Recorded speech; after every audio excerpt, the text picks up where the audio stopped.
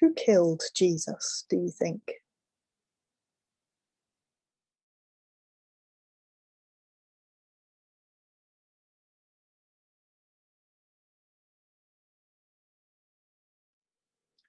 Now, it was the governor's custom each year during the Passover celebration to release one prisoner to the crowd, anyone they wanted. This year, there was a notorious prisoner, a man named Barabbas. As the crowds gathered before Pilate's house that morning, he asked them, "Which one do you want me to release to you, Barabbas or Jesus, who is called the Messiah?" He knew very well that the religious leaders had arrested Jesus out of envy.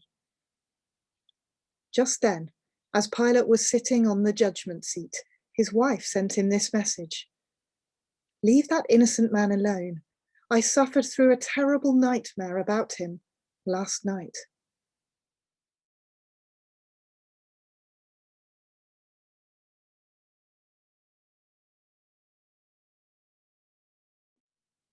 The Lord is good to those who depend on him, to those who search for him. So it is good to wait quietly for salvation from the Lord. And it is good for people to submit at an early age to the yoke of his discipline. Let them sit alone in silence beneath the Lord's demands. Let them lie face down in the dust, for there may be hope at last. Let them turn the other cheek to those who strike them and accept the insults of their enemies.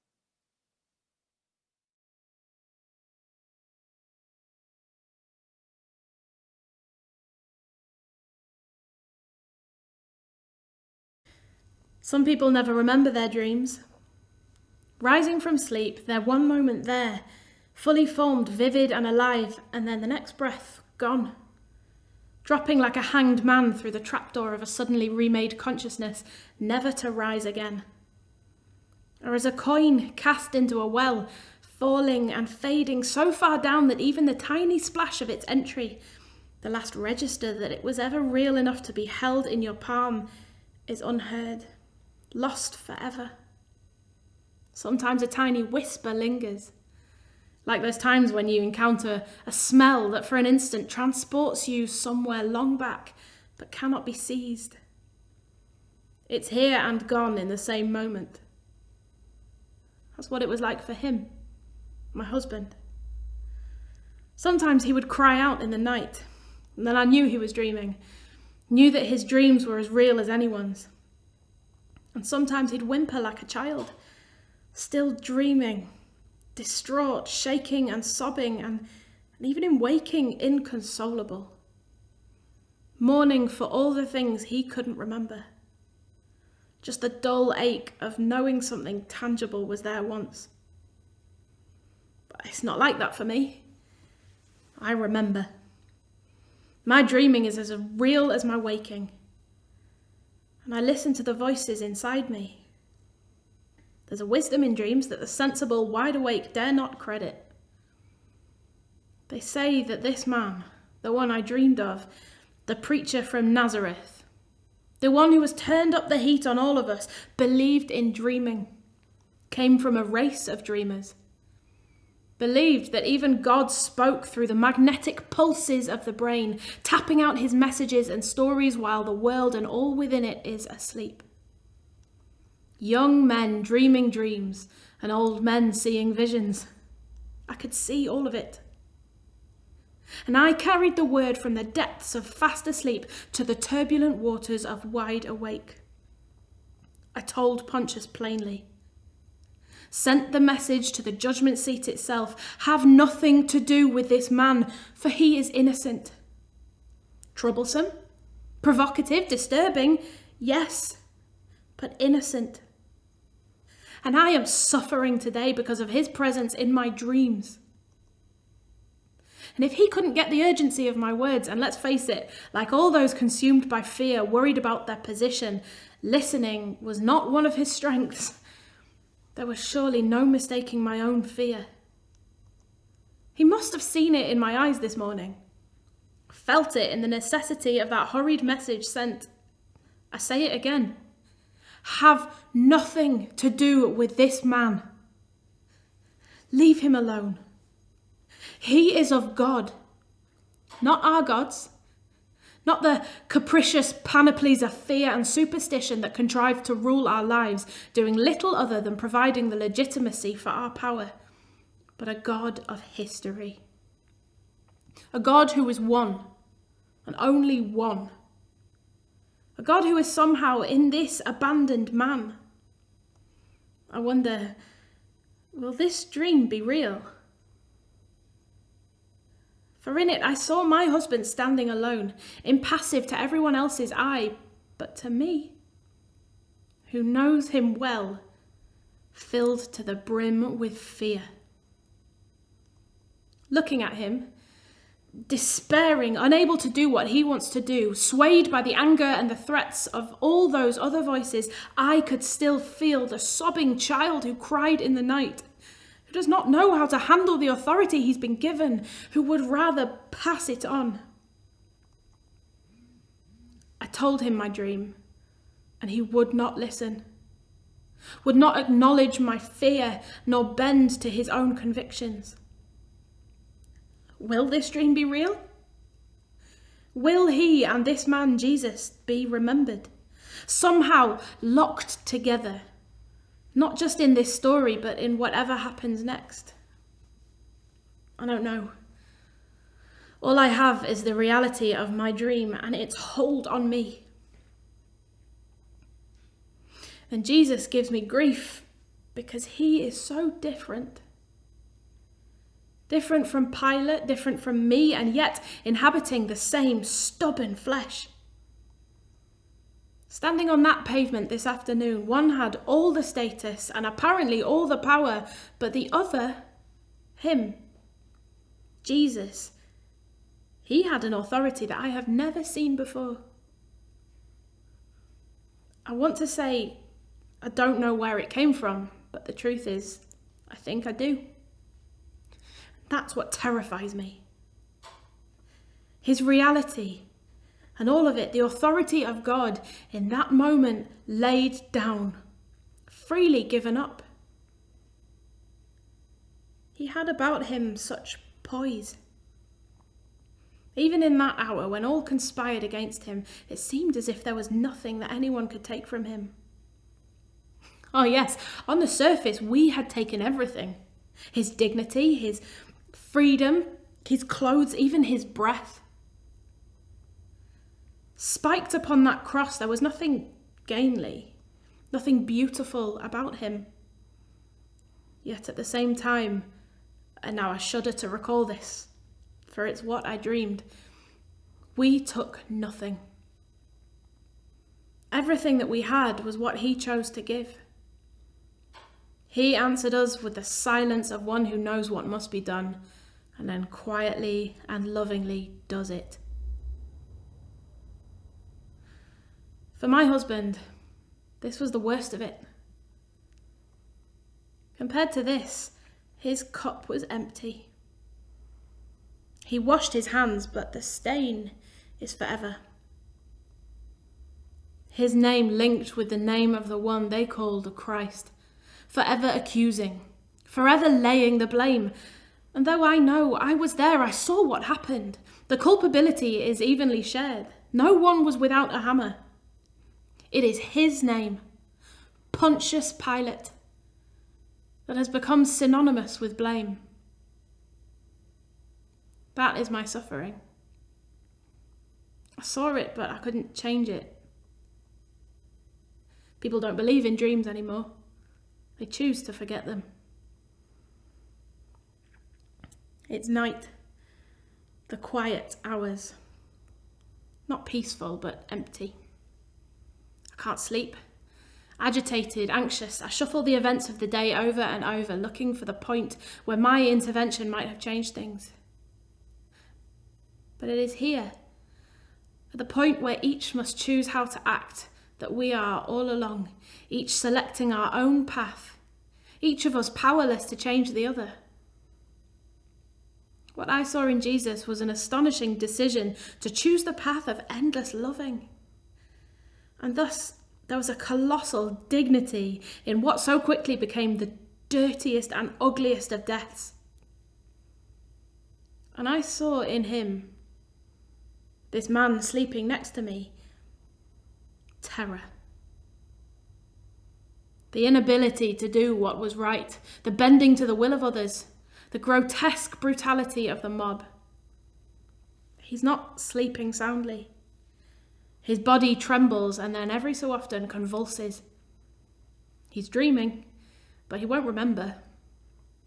Whatever stories God hopes to whisper in the ear of sleep, he will be deaf to when waking. And for my part, I'm now frightened of sleep, frightened of dreaming. I don't know what I need to hear. I don't know if I can take it. I don't know what tomorrow holds. My husband's restless resting, and his body, the cold, dead body of the cold, dead preacher from Nazareth, laid in a tomb, but not forgotten.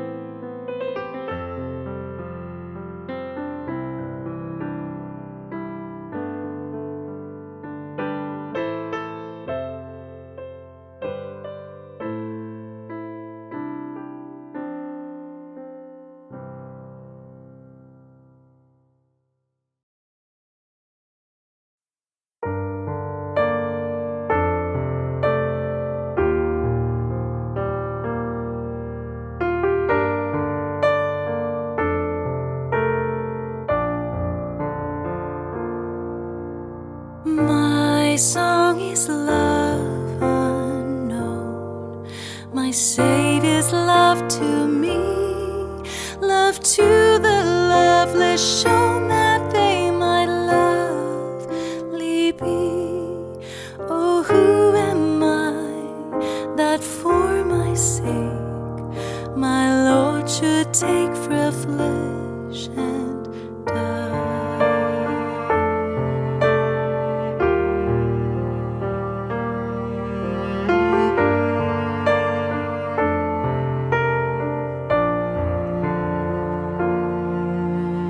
He came from his blessed throne, salvation to bestow, but men made strange and none that longed for Christ would know.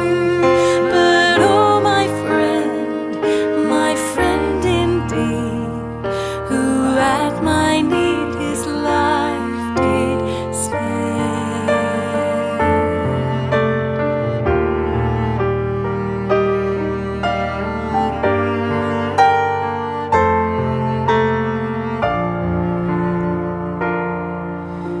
Sometimes they strew his way, and his sweet praises sing, resounding all the day, hosannas to their King.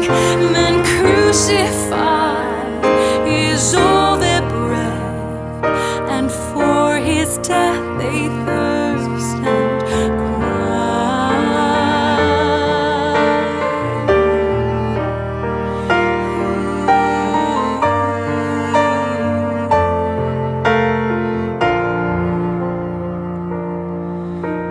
Here might I stay and sing no story so divine.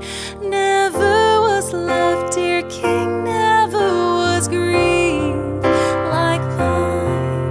This is my friend, in whose sweet praise I all my days could gladly spend.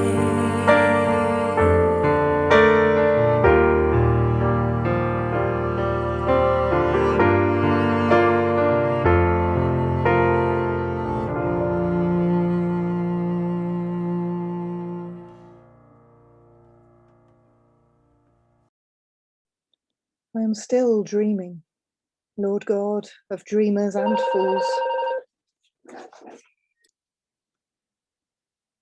I am still dreaming, Lord God of dreamers and fools. I am dreaming a different world, a world where dirty hands are offered up for cleaning, where feet are washed and washed again, where hope is not squeezed dry, where wayward paths converge and where wrong turnings can be turned around again. I am dreaming a better world, a world where tears of sorrow and regret are wiped away, where aching limbs are held, where inner fears are calmed, where thirsting lips are quenched. I am dreaming a new world, this world recreated, this flesh clothed anew, these sins forgiven, and this rejected stone the start of something. Amen.